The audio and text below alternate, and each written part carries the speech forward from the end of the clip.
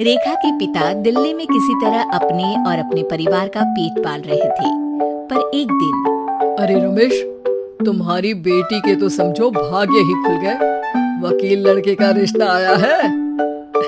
अरे वाह, कब करना चाहते हैं शादी? वो लोग तो जल्द से जल्द ही करेंगे। बाकी शाम को मैंने रेखा को देखने के लिए बुला लिया है। तेरा घर छोटा है तो तुम लोग मेरे घर ही आ जाना। राकेश और उसकी बीवी सारी तैयारी के साथ रोहित और रेखा की शादी कर देते हैं। लेकिन अगले ही दिन देखो रेखा, शादी भले ही हो गई है, लेकिन तुम ये मत सोचना कि मैं किसी जोरू के गुलाम टाइप रहूंगा। रेखा को रोहित की बात अजीब लगती है। मैं ये तो सोच भी नहीं सकती और ना ही चाहती हूँ, लेकिन शादी के अगले ही दिन इस तरह की बात की उम्मीद भी नहीं थी। रोहित रेखा के मुंह से ये बात सुनकर गुस्सा हो जाता है। अरे, काफी जबान भी चला लेती हो। माँ ने सिखाया नहीं कि पति से कैसे बात करते हैं? रेखा अब चुप रहने में ही भलाई समझती है। रेखा, जल्दी से नाश्ता तैयार कर लो। आज पहला दिन है, सारे काम तुम्हें समझा दूंगी। ये नौकरानी है जो तुम्हें बता देगी कि कैसे कैसे क्या करना है। फिर इसकी कल से छुट्टी है। रेखा भी ससुराल में जी जान लगाकर काम करने लगती है। खाली समय मिलता तो पति के वकालत की किताब उठाकर पढ़ने लगती। ये क्या, जब देखो तब पढ़ती रहती है। अच्छा सुन, कल पिता के घर से 20,000 रुपए लेकर आना।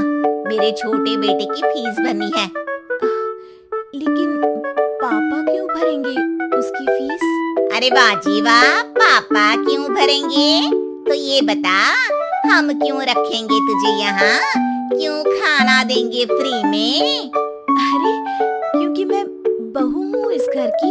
तभी वहाँ रोहित आ जाता है। अरे वाह, बड़ी जबान चला रही हो। चुपचाप माँ जो कह रही है वैसा कर, वरना सामान उठा और जा अपनी झोपड़ी में। बेचारी रेखा क्या करती, पिता के घर जाती है, उनको सारा हाल बताती है। पिता भी जैसे तैसे पैसों का इंतजाम कर बेटी को ससुराल के लिए विदा करते हैं। देखा, अब कहाँ से आए पैसे?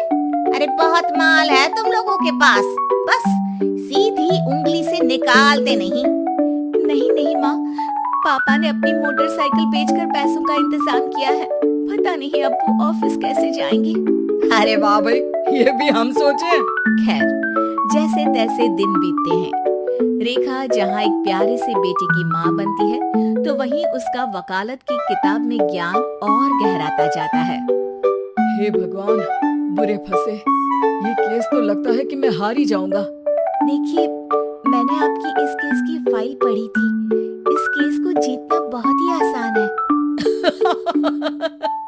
वाह भाई वाह, यहाँ वकालत की डिग्री लेकर भी मैं समझ नहीं पा रहा हूँ, और तुमने रोटी बनाते बनाते ही केस समझ लिया। अरे जाओ जाओ, जाकर मुन्ने को संभालो। केस मैं संभालूंगा। ए लड़की सुन, जाकर अपने बाप के यहाँ से 3 लाख लेकर आ। पूरा घर फिर से बनाना है। छोटी की शादी करूंगी तो छोटी बहू को कहाँ रखूंगी? पूरा घर तो तूने घेर रखा है। ऐसा मत बोलिए माँ जी, पापा इतना पैसा कहाँ से लाएंगे? अब तो वो रिटायर भी हो गए हैं। हाँ, तभी तो बोल रही हूँ, रिटायरमेंट के पैसे तो मिले होंगे ना। लेकिन वो अगर आपको दे देंगे तो बुढ़ापा कैसे काटेंगे? रोहित रेखा की बात सुनकर गुस्सा हो जाता है। ए सुन, चल अपना सामान उठा, अपना बच्चा उठा और निकल यहाँ से। रेखा के लाख आग्रह के बाद भी रोहित और उसकी सास उसे घर में नहीं रखते। पापा, मैं तलाक चाहती हूँ। बेटा, मेरे पास वकील के पैसे नहीं है।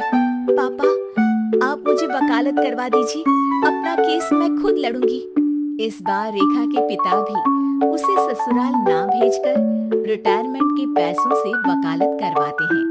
और फिर एक दिन कोर्ट के बाहर, रोहित, आज तुम अपना ही केस हार गए, वो भी उस लड़की से जिसकी तुमने कभी कदर ही नहीं की। रेखा, मुझे माफ कर दो। मैं इतनी बड़ी अमाउंट कहाँ से लाऊंगा? मैं हर महीने पैसे नहीं दे सकता तुमको। पैसे वहीं से लाना जहाँ से तुम मेरे पापा को लाने के लिए मजबूर करते थे। एक पिता अपनी बेटी की शादी उसकी खुशहाली के लिए करता है, ना कि सारी जिंदगी कर्जदार बनने के लिए।